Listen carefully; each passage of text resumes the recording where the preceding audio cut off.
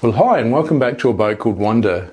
Well, it's Saturday and I'm doing some preparation for my visit down to Wanda tomorrow.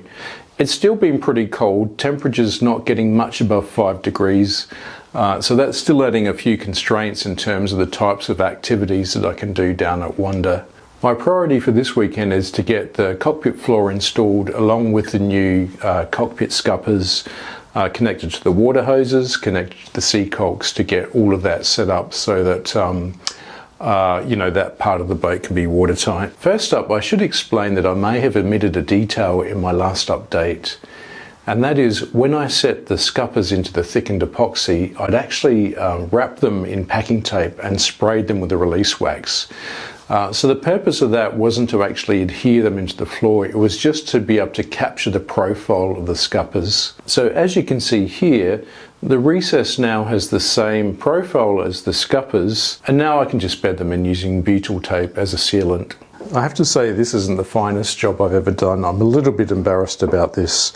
There was a bit of squeeze out around the top, so even though it was wrapped with packing tape and had release wax on it, it actually had stuck in, so when I tapped it out, it pulled off some of the paint around the edge here. So yeah, I'm pretty disappointed in that. It's not great, but ultimately this floor is going to have a teak crate all over it. I mean, it's not really an excuse. I just should have been a little bit more careful, but the bottom line is I just don't have time to fix this up and make it perfect because of my rush to get it to the water. So yeah, it's fine. I've got the right sort of profile.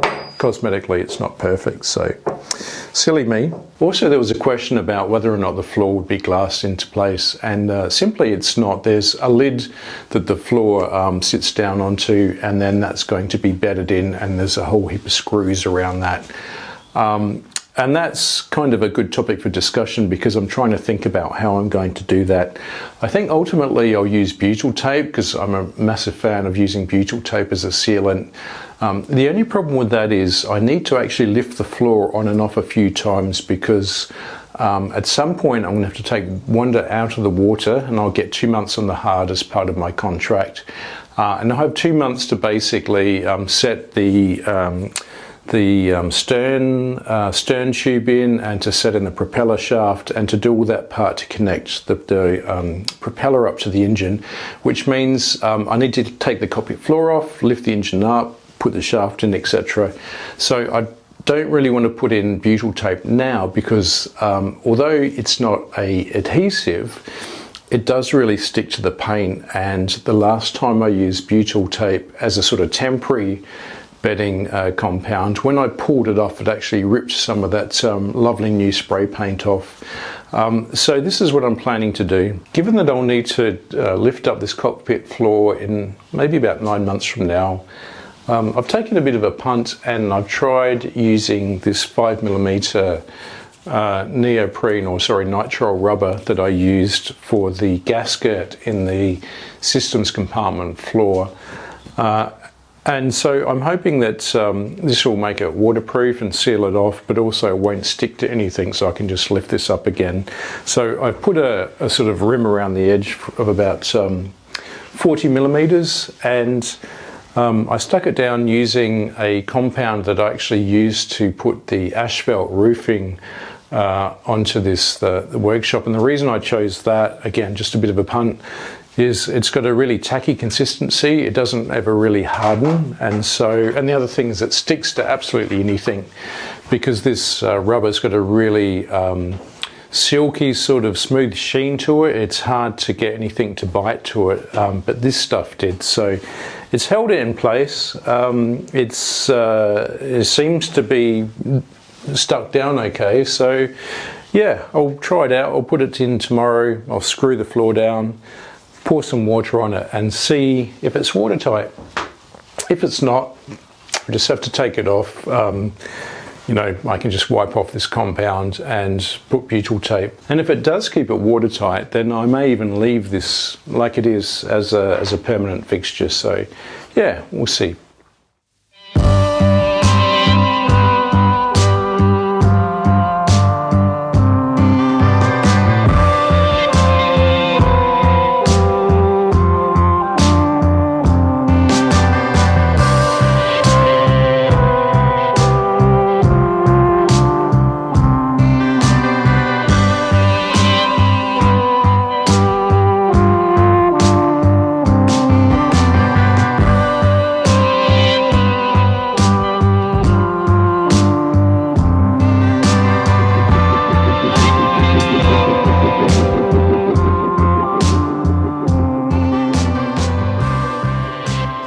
using butyl tape to bed this down, and this is bedded butyl tape which I got from the States, and I think I got it from a company called Compass Marine from memory, and it's really good. I used this on my previous boat, but it's really expensive. You have to get it through customs, and I actually just don't know if it's worth it, and I'm wondering if there's another good butyl tape in Europe or the UK. You can't get bedded tape here, you have to import it from America. So yeah, if anybody knows a good butyl tape that they've used in this neck of the woods, yeah, let me know in the comments down below. I'd really like to source a good product that I can get locally and don't have to faff about going through UK customs, etc., paying a lot of money for delivery and then a lot of money for import duties on top of that. Yeah, I'm sure you've seen butyl tape before. It's pretty nice to work with. I can see there's a little bit of a low point on this side, so I'm just going to use that to sort of help flatten it out a bit. These scuppers have come with this collar which has got a mounting point for a grounding wire, and I don't really quite understand the purpose of that, unless it's just in case you happen to have a steel boat or an aluminium boat, and then you can ground it to make sure you don't get galvanic corrosion. But anyway, I probably don't need to use it because this is just the one material. It's not dissimilar materials. I've got a little helper over here. This is Ruby. She's my 3-month-old assistant. Really good at chewing up things and farting and making a terrible smell. Highly recommend one of these if you need one.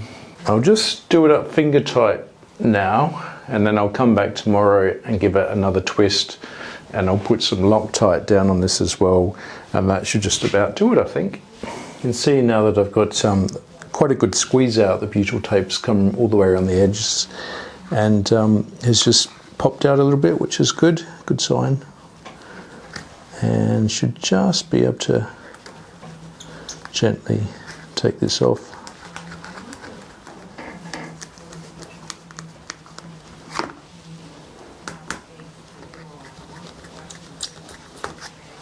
Right, so now I can have some fun putting everything together. I've got these Jubilee clips, and the brand I'm using is JCS, and this is for 35 to 45 millimeter hose. This is 38 inner, so probably 42 outer, so this will be perfect. They're really good quality, nice stainless steel, and they also provide a tool for applying them, and this is like a bendy screwdriver thing that's got a socket on the end that's just the right perfect size for this, so no more trying to get a spanner on this edge and cutting up your knuckles on this sharp Jubilee clip edge. This makes it really nice. So I've just put one clip down here. Unfortunately there's not room for two. I'd always normally like to double clip where possible, but there's only room for one clip here, which I guess isn't the end of the world. It's probably more important for the through-hole fittings to be double clipped. So yeah, this is my 38 millimeter pipe, and then I've got a reducer here. This is a True Design piece, and I really like the True Design components. They're really nice quality, and they're quite affordable. They're from New Zealand, so you can't get absolutely everything on their catalogue in the UK, but anyway, this is a 1.5 to 1 1/4 or 38 to 32 millimeter reducer, because the Grocco through holes that I've got, Seacocks, are for 1 1/4 or 32 millimeter pipe. Okay, I could put some Vaseline on this and warm it up a bit, but there's no need to do that actually. It's gone on really well. Could be because it's quite cold and everything's contracted a lot. Yeah, again, I'll just do one clip here. There's not really room for two, and given that I've only got one on the top piece, that should be fine. Okay, and because I've been moving this around a bit, I can get just a little bit more of a turn on this. Leave it for today, come back tomorrow and do a bit more of a turn and put some Loctite on it, and then that's it. I can just connect this up tomorrow once I'm in the boat. Okay, I just wanted to take a few minutes to go back over the mind map that I'd put together some time ago, and I've just adjusted it a little bit to focus on launching in April 25 rather than the entire project. So there's two main things that I really need to do.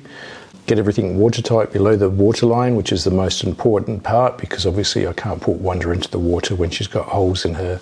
And then watertight above the waterline. Of course, this is things that I should do, but for any reason, if I don't get time before 25, there's pretty much workarounds I could do for everything.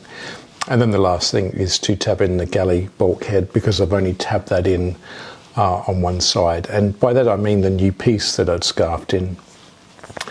Yeah, so everything below the waterline, I will focus on through holes at the moment. So obviously I've built the backing plates, bedded in the backing plates, drilled out the through hole size, and now I need to bed them in and connect them up.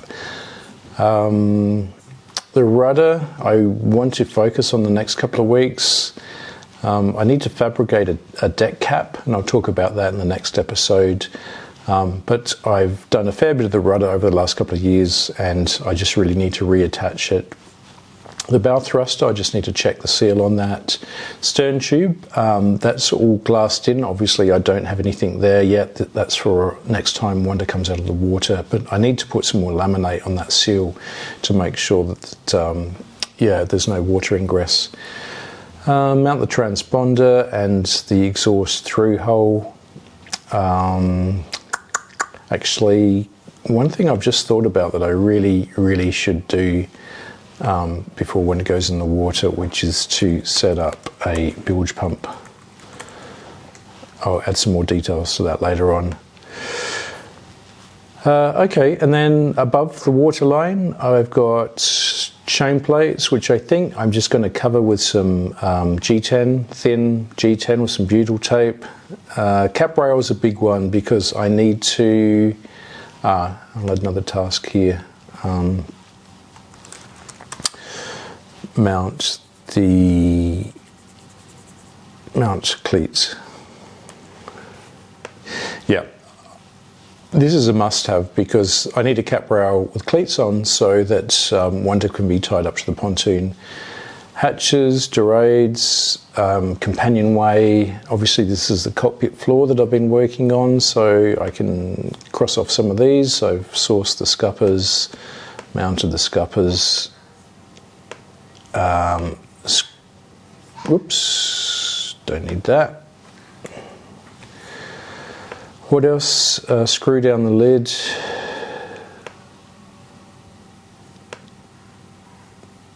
Added a seal, that's nitrile seal. I've not connected them up yet.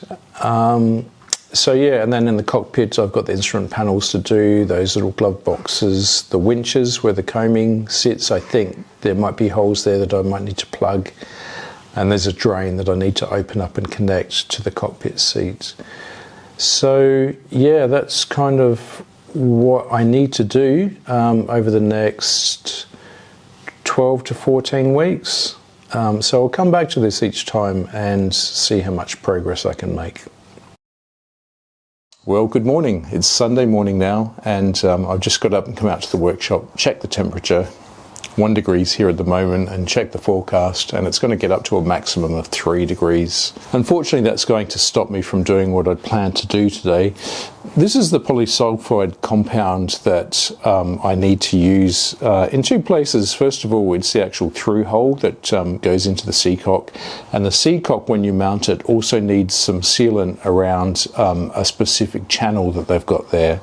Now this material has a working temperature of 5 degrees plus. Now I know that's only 1 or 2 degrees shy of what the specification for this product is, but I just don't want to risk it because it's pretty important to get a really good seal down there and for the compound to be soft enough to work with and also soft enough to stick to the surfaces. So yeah, pretty disappointing. I've got one more chance next Friday, which is the end of my 2-week cycle, and I want to put the video out then to go down and get that done. So unfortunately again today I think I'm just going to do some preparation work here and do a bit more work on my workshop, organising this and the workbench, which feels like it's a little bit of a distraction, but ultimately I need to do that in order to get everything set up here so that I can work efficiently, because I'm continually losing things or misplacing where I put things.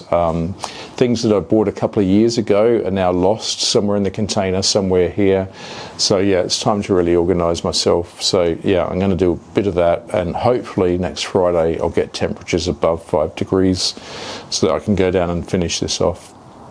One of the issues I've had is that the timbers weren't actually perfectly straight, and so what I've decided to do is just actually skim them, because it's really important to me to get a really flat, even surface so I can use the top of the workbench as a reference if I'm making furniture or things like that. And now that I've got a nice flat surface all round, I can adhere down the top of this bench using OSB boards.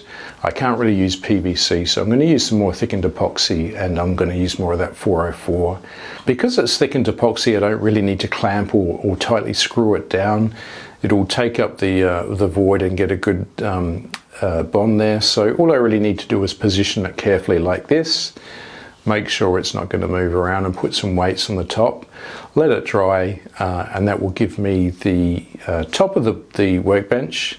And as I mentioned last time, I'm actually going to put some laminate flooring down on that, because it's a really hard surface and is very resistant to scratching and things like that. Well, it's Friday and I'm down at the boat, and it's going to be a really warm and toasty 11 degrees today. I think it's 8 degrees in the boat, so great. I can get to work and put in the cockpit floor, so I don't have a lot of time. Let's get going. So I've positioned it here. Well, it's really windy today. Got a 20 kilogram sandbag on it so that I can drill up against it. It's not symmetrical, as you can see, but it seems to be relatively flush, sitting down on the lip that goes around here. So yeah, I'll start my drilling. Right, so this is my pilot hole.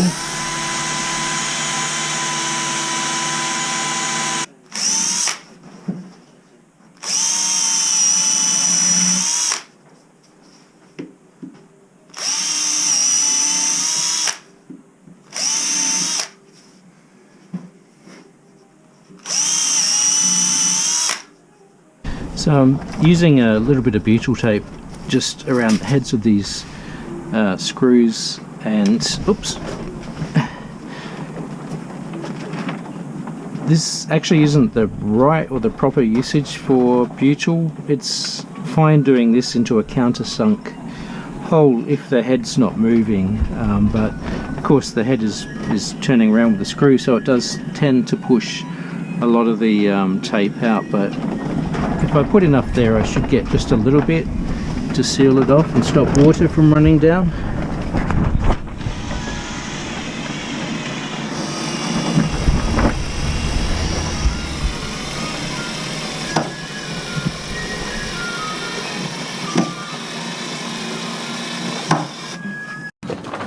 So I've got the cockpit floor mounted. I've screwed it in and it feels pretty tight in there.